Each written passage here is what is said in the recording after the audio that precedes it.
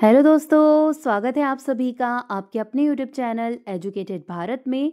दोस्तों, आज इस वीडियो में हम आधुनिक भारत का मोस्ट इम्पॉर्टेंट टॉपिक देखने वाले हैं, जो है उदारवादी चरण। देखिए, इससे रिलेटेड टॉप 50 एमसीक्यूज आज के वीडियो में देखेंगे। यहाँ से बहुत सारे क्वेश्चन एग्जाम में पूछे जाते हैं। बहुत ज़्यादा इंपॉर्टेंट टॉपिक है, तो प्लीज़ एंड तक ज़रूर देखिएगा। वीडियो पसंद आए तो लाइक एंड शेयर ज़रूर कीजिएगा। अगर अभी तक आपने चैनल को सब्सक्राइब नहीं किया है तो प्लीज़ चैनल को सब्सक्राइब करके बेल आइकन ज़रूर प्रेस कर लीजिए।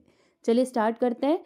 फर्स्ट क्वेश्चन देखिए, भारतीय राष्ट्रीय आंदोलन के 1885 से 1905 की अवधि को कहा जाता है। तो देखिए, इस अवधि को क्या कहा जाता है? तो करेक्ट ऑप्शन यहाँ पर ए हो जाएगा। इसे उदारवादी चरण के रूप में जाना जाता है।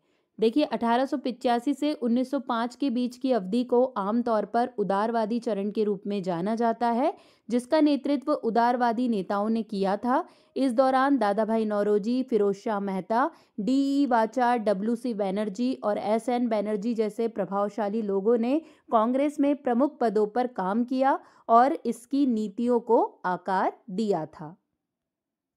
भारतीय इतिहास में वर्ष 1885 प्रसिद्ध है।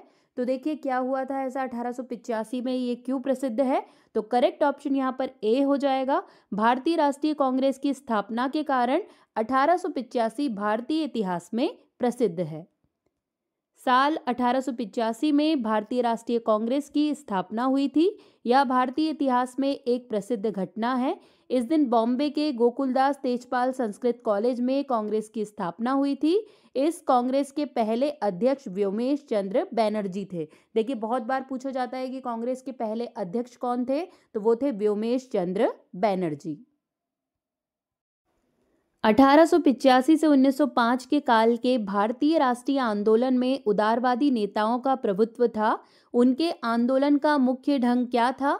तो देखिए, क्या था इनके आंदोलन का मुख्य ढंग? तो करेक्ट ऑप्शन बी हो जाएगा, संवैधानिक आंदोलन। जो संवैधानिक आंदोलन था वो इनके आंदोलन का मुख्य ढंग हुआ करता था। इस चरण में आंदोलन का नेतृत्व मुख्यतः उदारवादी नेताओं के हाथों में रहा। ये नेता उदारवादी नीतियों तथा अहिंसक विरोध प्रदर्शनों में विश्वास रखते थे। लोकमान्य तिलक द्वारा गणपति उत्सव का आरंभ कब किया गया? तो देखिए, कब आरंभ किया गया? तो करेक्ट ऑप्शन ए हो जाएगा। 1893 में गणपति उत्सव का आरंभ किया गया था।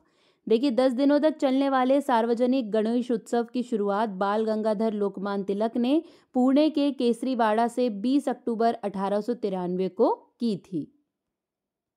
निम्नलिखित कांग्रेसी नेताओं में से किसको भारत का महान वृद्ध व्यक्ति या grand old man of India कहा जाता है? तो देखिए, किसे कहा जाता है grand old man of India? तो करेक्ट ऑप्शन यहाँ पर सी हो जाएगा। दादा भाई नौरोजी को grand old man of India के नाम से जाना जाता है।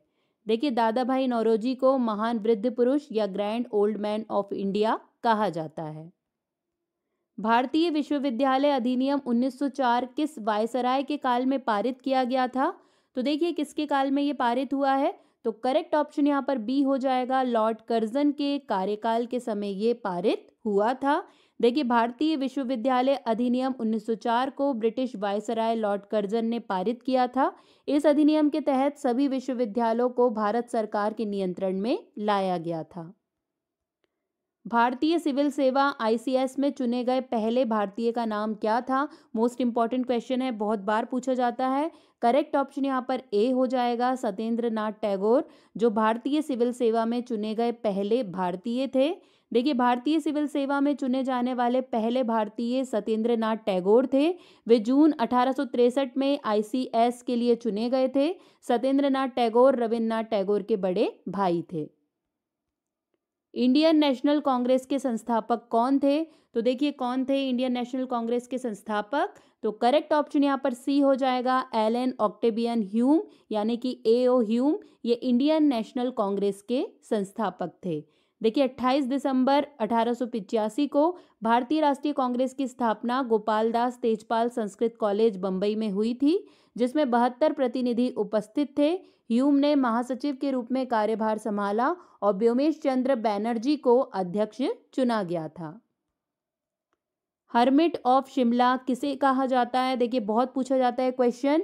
करेक्ट ऑप्शन यहाँ पर सी हो जाएगा। एओ ह्यूम को हर्मिट ऑफ शिमला के नाम से जाना जाता है। देखिए एओ ह्यूम को हर्मिट ऑफ शिमला कहा जाता है। उनके एकांतवासी, त्यागी, अरण्यवासी, योगी स्वभाव के कारण एओ ह्यूम को हर्मिट ऑफ शिमला कहा जाता है। वह कौन सा प्रथम भारतीय था जो ब्रिटिश संसद के लिए निर्वाचित हुआ? तो देखिए कौन था वो? तो करेक्ट ऑप्शन यहाँ पर सी हो जाएगा, दादा भाई नौरोजी। वो पहले भारतीय थे जो ब्रिटिश संसद के लिए निर्वाचित हुए थे। देखिए दादा भाई नौरोजी ब्रिटिश संसद के लिए चुने जाने वाले पहले भारतीय थे। वे लिबरल पार्टी से थे और साल 1892 से 1895 तक यूनाइटेड किंगडम के हाउस ऑफ कॉमन्स में रहे थे। निम्नलिखित कथनों पर विचार कीजिए। देखिए इस तरह के क्वेश्चन बहुत ज़्यादा पूछे जाते हैं। तो देखिए पहला क्या है, दादा भाई नौरोजी के बारे में बोल रहा है, 3 बार राष्ट्रीय कांग्रेस के अध्यक्ष रहे, poverty and un British rule in India नामक पुस्तक की रचना की, नेशनल सोशल कॉन्फ्रेंस की स्थापना की। तो बताना है कि दादा भाई नौरोजी ने इनमें से कौन सी चीज़ें की है। तो देखिए यहाँ पर कौन सा कथन सही हो जाएगा? तो यहाँ पर बी ऑप्शन करेक्ट है, मतलब 1 और 2 एकदम सही है। 3 बार ये राष्ट्रीय कांग्रेस के अध्यक्ष चुने गए थे और poverty and un British rule in India ये जो पुस्तक है ये भी दादा भाई नौरोजी के द्वारा लिखी गई है। तो पहला और दूसरा पॉइंट सही है, मतलब यहाँ पर बी ऑप्शन एकदम करेक्ट हो जाएगा। भारतीय राष्ट्रीय कांग्रेस का प्रथम अधिवेशन लगभग आखिरी समय पर पूना से बंबई स्थानांतरित किया गया क्योंकि? तो देखिए इसका क्या कारण था? तो करेक्ट ऑप्शन यहाँ पर इसका डी हो जाएगा। पूना में हैजा फैलने के कारण संयोजक कांग्रेस के प्रथम अधिवेशन का स्थान पूना से बंबई बदलने पर विवश हो गए थे। अ नेशन इन द मेकिंग नामक पुस्तक किसने लिखी? तो देखिए इनमें से किसके द्वारा लिखी गई है ये? करेक्ट ऑप्शन यहाँ पर सी हो जाएगा, सुरेंद्र नाथ बैनर्जी के द्वारा a nation in the making नामक पुस्तक लिखी गई थी। देखिए a nation in making Surendra Nath Banerjee द्वारा उनके अंतिम दिनों में 1925 में लिखी गई एक पुस्तक थी। यह ब्रिटिश शासन के शुरुआती राजनीतिक नेताओं में से एक की आत्मकथा है। सुरेंद्र नाथ बैनर्जी को अक्सर राष्ट्र गुरु के नाम से जाना जाता है। दोस्तों वीडियो अगर अच्छा लग रहा है तो प्लीज़ इसे लाइक ज़रूर कर दीजिए और प्लीज़ अपने कम से कम 2 एजुकेशनल ग्रुप में तो इसे ज़रूर से शेयर कीजिए। 19वीं सदी के अंतिम चतुर्थांश में वह कौन सा तत्व है जिसने भारत में एक समान राष्ट्रीय दृष्टिकोण के उत्थान में एक महत्वपूर्ण भूमिका निभाई? तो देखिए करेक्ट ऑप्शन यहाँ पर इसका डी हो जाएगा, उपयुक्त सभी, देश का प्रशासनिक एवं आर्थिक एकीकरण, पाश्चात्य विचार एवं शिक्षा, प्रेस एवं साहित्य की भूमिका एवं भारतीय अतीत का पुनः अन्वेषण। ये सभी पॉइंट यहाँ पर सही है, यानी कि डी ऑप्शन उपयुक्त सभी एकदम करेक्ट हो जाएगा। किस ब्रिटिश वायसराय ने 1880 के दशक के प्रारंभ में विदेशी शासन के विरुद्ध भारतीय असंतोष को बढ़ाने में महत्वपूर्ण भूमिका निभाई थी? तो देखिए किसने निभाई थी? तो करेक्ट ऑप्शन यहाँ पर बी हो जाएगा, लॉर्ड लिटन ने 1880 के दशक के प्रारंभ में विदेशी शासन के विरुद्ध भारतीय असंतोष को बढ़ाने में महत्वपूर्ण भूमिका निभाई थी। लॉर्ड लिटन भारत के वायसराय रहे जिन्होंने 1876 से 1880 के बीच कार्य किया है। उनका कार्यकाल द्वितीय आंग्ल अफगान युद्ध के दौरान था। इस युद्ध और महान भारतीय अकाल के दौरान उनके दृष्टिकोण के कारण उन्हें क्रूर वायसराय के नाम से जाना जाता है। लिटन द्वारा प्रस्तावित वैधानिक जनपद सेवा जिसके तहत परीक्षा की आयु 21 वर्ष से घटाकर 19 वर्ष कर दी गई थी, कब लागू हुआ था? तो देखिए किस वर्ष ये लागू हुआ? तो करेक्ट ऑप्शन बी हो जाएगा, 1877 में ये लागू हुआ था। देखिए 1877 में आईसीएस में प्रवेश की आयु 21 से घटाकर 19 कर दी गई थी। भारतीय सिविल सेवा 1858 और 1947 के बीच ब्रिटिश शासन के दौरान ब्रिटिश भारत में ब्रिटिश साम्राज्य की कुलीन उच्च नागरिक सेवा थी। इल्बर्ट बिल विवाद किस वायसराय के कार्यकाल में उभरा था? तो देखिए करेक्ट ऑप्शन यहाँ पर इसका ए हो जाएगा, लॉर्ड रिपन के कार्यकाल में ये विवाद उभरा था। देखिए इल्बर्ट बिल विवाद वायसराय लॉर्ड रिपन के कार्यकाल में उभरा था। यह विवाद 1883 में आया था। इस बिल के तहत भारतीय न्यायाधीशों को ब्रिटिश कर्मचारियों से जुड़े मामलों की सुनवाई करने का अधिकार दिया जाना था। इस बिल के खिलाफ पूरे यूरोपीय समुदाय ने आंदोलन किया था। भारतीय राष्ट्रीय कांग्रेस में निम्न में से किसको नरमदलीय नेता के तौर पर नहीं जाना जाता था? तो देखिए इनमें से किसको नहीं जाना जाता था? तो करेक्ट ऑप्शन ए हो जाएगा, बाल गंगाधर तिलक को नरमदलीय नेता के तौर पर नहीं जाना जाता था। मतलब ये उदारवादी नेता नहीं थे, ये उग्रवादी नेता थे। तो ए ऑप्शन एकदम करेक्ट हो जाएगा। अधिकतर नरमपंथी नेता थे, तो देखिए करेक्ट ऑप्शन यहाँ पर इसका बी हो जाएगा। शहरी क्षेत्रों से थे जो अधिकतर नरमपंथी या उदारवादी नेता थे, वो सभी शहरी क्षेत्रों से थे। देखिए अधिकतर नरमपंथी नेता शहरी क्षेत्रों से संबंधित थे। उदारवादी दल सामाजिक बराबरी और भारत के अंग्रेजी शासन में हिस्सेदारी मांगते थे, क्योंकि वे कहते थे कि हम भी अंग्रेज प्रजा हैं। 1905 में बंगाल विभाजन किस वायसराय ने किया? तो देखिए किसके द्वारा ये किया गया था? तो करेक्ट ऑप्शन बी हो जाएगा, लॉर्ड कर्जन के द्वारा 1905 में बंगाल का विभाजन किया गया था।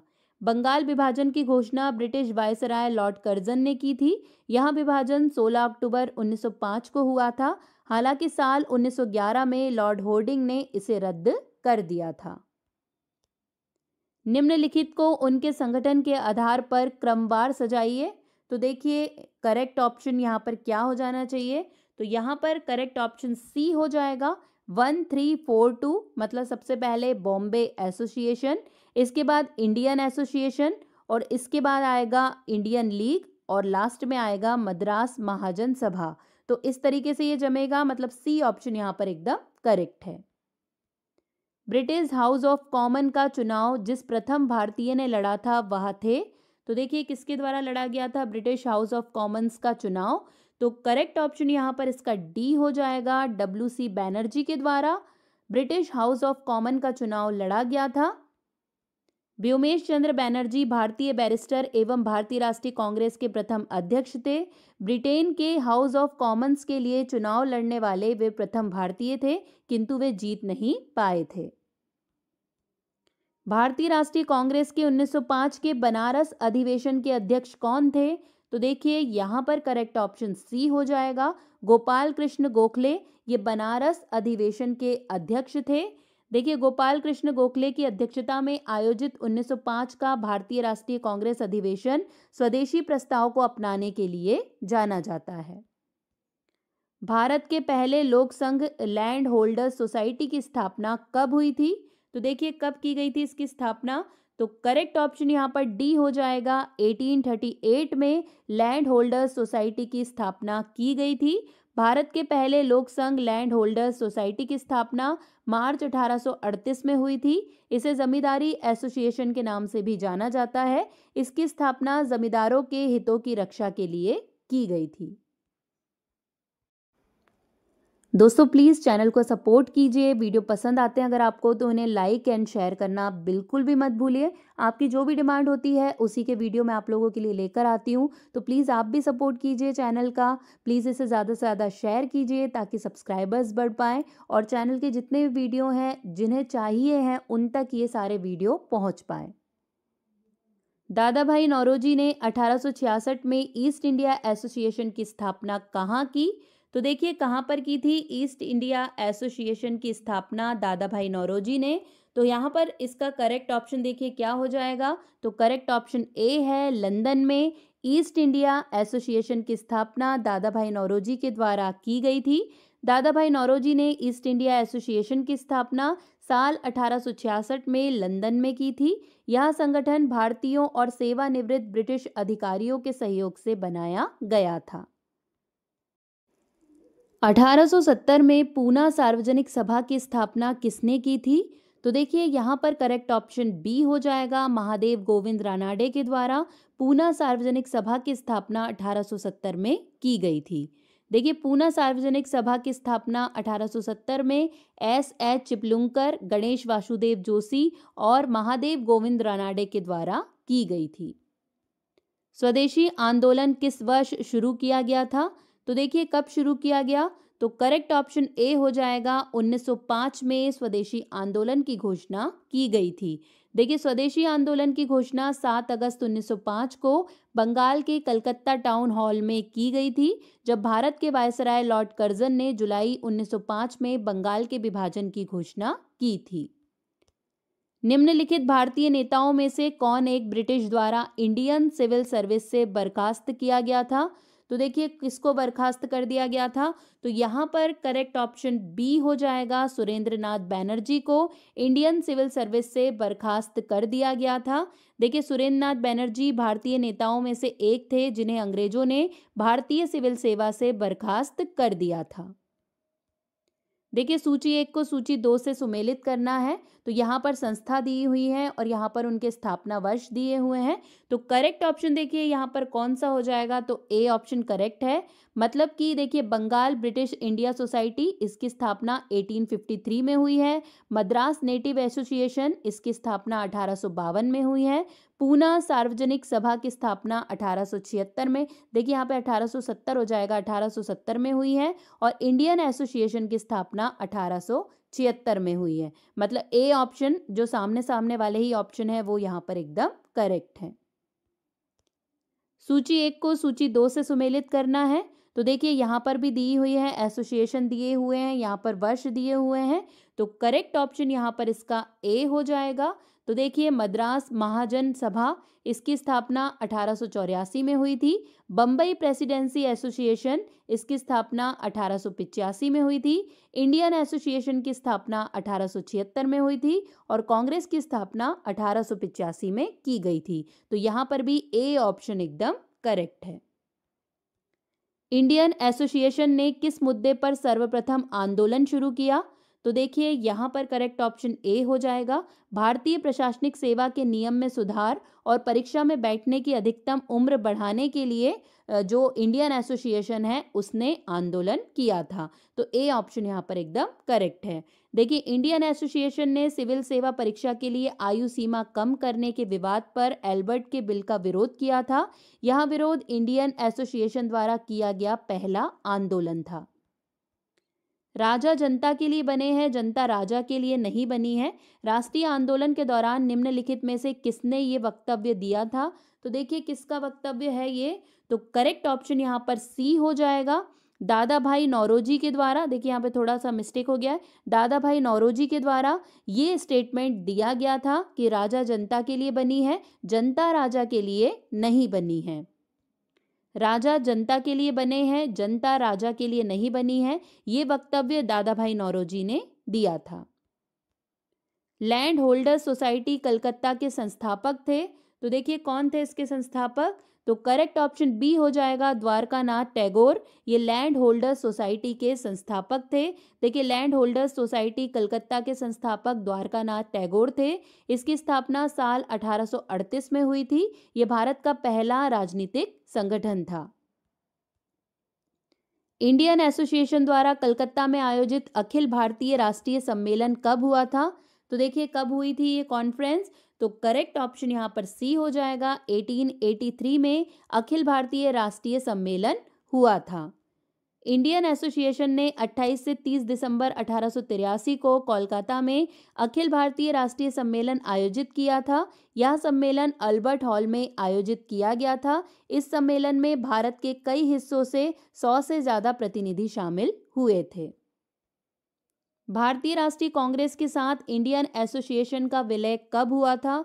तो देखिए किस वर्ष ये विलय हुआ था? तो करेक्ट ऑप्शन बी हो जाएगा, 1886 में, यानी कि 1886 में भारतीय राष्ट्रीय कांग्रेस के साथ इंडियन एसोसिएशन का विलय हो गया था। इंडियन एसोसिएशन ने कांग्रेस के साथ अपना विलय तय किया जब राष्ट्रीय कांग्रेस दिसंबर 1886 में कलकत्ता में अपना दूसरा वार्षिक सम्मेलन आयोजित कर रही थी। सुमेलित कीजिए। देखिए सूची 1 को सूची 2 से सुमेलित करना है। कांग्रेस के उद्गम संबंधी मत और प्रतिपादक यहाँ पर दिए हुए हैं। तो देखिए यहाँ पर करेक्ट ऑप्शन ए हो जाएगा। मतलब ए जो है उसका ए ऑप्शन है, रहस्यमय उद्गम यानी पटाभी सीतारमैया, थियोसोफिस्ट यानी कि एनी बेसेंट, डफरिन की षड्यंत्रकारी दिमाग की उपज ये WC बैनर्जी, और सुरक्षा कपाट का सिद्धांत ये लाला लाजपत राय के द्वारा दिया गया। तो ए ऑप्शन यहाँ पर एकदम करेक्ट है। सूची 1 को सूची 2 से सुमेलित कीजिए। देखिए यहाँ पर सूची 1 में पुस्तक दी हुई है, सूची 2 में लेखक दिए हुए हैं, तो इसे हमें सुमेलित करना है। तो यहाँ पर करेक्ट ऑप्शन ए हो जाएगा। देखिए history of Indian national Congress ये पटाभी सीतारमैया के द्वारा लिखी गई है। How India fight for freedom ये एनी बेसेंट के द्वारा लिखी गई है। इंडिया टुडे ये आरपी दत्त के द्वारा लिखी गई है और 1857 एस एन सेन के द्वारा लिखी गई है। मतलब ए ऑप्शन यहाँ पर एकदम करेक्ट है। किसने कहा ब्रिटिश शासन एक स्थायी बढ़ता हुआ और लगातार बढ़ता हुआ विदेशी आक्रमण है जो धीरे धीरे ही सही मगर पूरी तरह देश को नष्ट कर रहा है।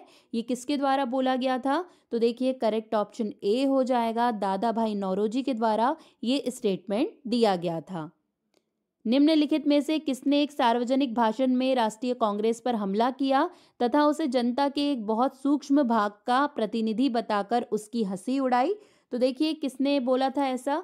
तो यहाँ पर करेक्ट ऑप्शन ए हो जाएगा, लॉर्ड डफरिन के द्वारा ये स्टेटमेंट दिया गया था राष्ट्रीय कांग्रेस के बारे में।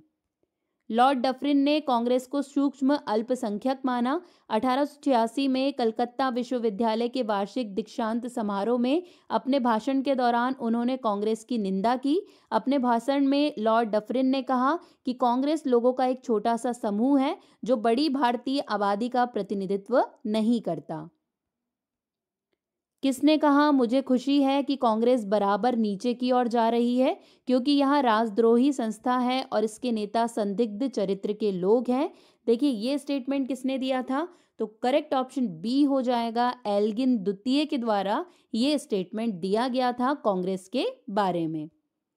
उदारवादियों की कार्य पद्धति को किसने भिखमंगी राजनीति या पॉलिटिकल मेंडिकेंसी की संज्ञा दी थी? तो देखिए किसके द्वारा दी गई थी ये? तो करेक्ट ऑप्शन यहाँ पर इसका ए हो जाएगा, उग्रवादियों ने उदारवादियों की कार्य पद्धति को भिखमंगी राजनीति का नाम दिया था। ब्रिटिश साम्राज्य के अंतर्गत स्वशासन की मांग सबसे पहले किसने और कब की? तो देखिए किसने की थी और कब की थी? तो ए करेक्ट है, दादा भाई नौरोजी ने 1904 में सबसे पहले स्वशासन की मांग की थी। देखिए ब्रिटिश साम्राज्य के अंतर्गत स्वशासन की मांग सबसे पहले दादा भाई नौरोजी ने की थी। उन्होंने साल 1906 में कलकत्ता अधिवेशन में स्वराज शब्द का इस्तेमाल किया था। उदारवादियों का सबसे प्रमुख योगदान था? तो देखिए करेक्ट ऑप्शन यहाँ पर ए हो जाएगा, ब्रिटिश शोषण नीति की ओर जनता का ध्यान खींचना ये उदारवादियों का सबसे प्रमुख योगदान था। निम्नलिखित में से किसने इंडियन नेशनल कांग्रेस की नरमदलीय राजनीति की व्यवस्थित आलोचना न्यू लैम्प्स फॉर ओल्ड शीर्षक लेखों की श्रृंखला में की थी? तो किसने की थी? तो करेक्ट ऑप्शन यहाँ पर इसका देखिए ए हो जाएगा, अरविंद घोष के द्वारा ये किया गया था। देखिए अरविंद घोष ने न्यू लैम्प्स फॉर ओल्ड लेखों की श्रृंखला लिखकर भारतीय राष्ट्रीय कांग्रेस की नरम दलीय राजनीति की आलोचना की थी। ये लेख 1893 में प्रकाशित हुए थे। अरविंदो घोष एक दार्शनिक, योगी, गुरु, कवि और राष्ट्रवादी थे। भारत में लॉर्ड कर्जन के प्रशासन की तुलना औरंगजेब से किसने की? तो देखिए किसके द्वारा की गई थी? तो करेक्ट ऑप्शन यहाँ पर ए हो जाएगा, गोपाल कृष्ण गोखले ने लॉर्ड कर्जन के प्रशासन की तुलना औरंगजेब से की थी। देखिए भारत में लॉर्ड कर्जन के शासनकाल की तुलना मुगल बादशाह औरंगजेब से गोपाल कृष्ण गोखले ने की थी। Gokhale servants of Indian society के संस्थापक थे। British committee of Indian national Congress की स्थापना कब हुई? तो देखिए करेक्ट ऑप्शन यहाँ पर सी हो जाएगा, 1889 में British committee of Indian national Congress की स्थापना हुई थी। देखिए भारतीय राष्ट्रीय कांग्रेस की ब्रिटिश समिति 1889 में भारतीय राष्ट्रीय कांग्रेस द्वारा ब्रिटेन में स्थापित एक संगठन था। इसका उद्देश्य ब्रिटेन में जनता के बीच भारतीय मुद्दों के बारे में जागरूकता बढ़ाना था, जिसके लिए भारत सरकार जिम्मेदार थी। निम्नलिखित में से किसने भारतीय राष्ट्रीय कांग्रेस की अध्यक्षता 2 बार की? तो देखिए किसने की थी? तो यहाँ पर करेक्ट ऑप्शन बी हो जाएगा, बैडरबर्न ने भारतीय राष्ट्रीय कांग्रेस की अध्यक्षता 2 बार की थी। इंग्लैंड की संसद ने इंडिया काउंसिल एक्ट कब पास किया? तो देखिए किस वर्ष पास किया था इंडियन काउंसिल एक्ट? तो करेक्ट ऑप्शन यहाँ पर सी हो जाएगा, 1892 मतलब 1892 में इंग्लैंड की संसद ने इंडियन काउंसिल एक्ट पास किया था। देखिए 1890 में हाउस ऑफ लॉर्ड्स में प्रस्तुत किए जाने के बाद ब्रिटिश भारत में राष्ट्रवादी आंदोलनों के शुरू होने के जवाब में 1892 में यह अधिनियम पारित किया गया था। अब बारी है लास्ट क्वेश्चन की।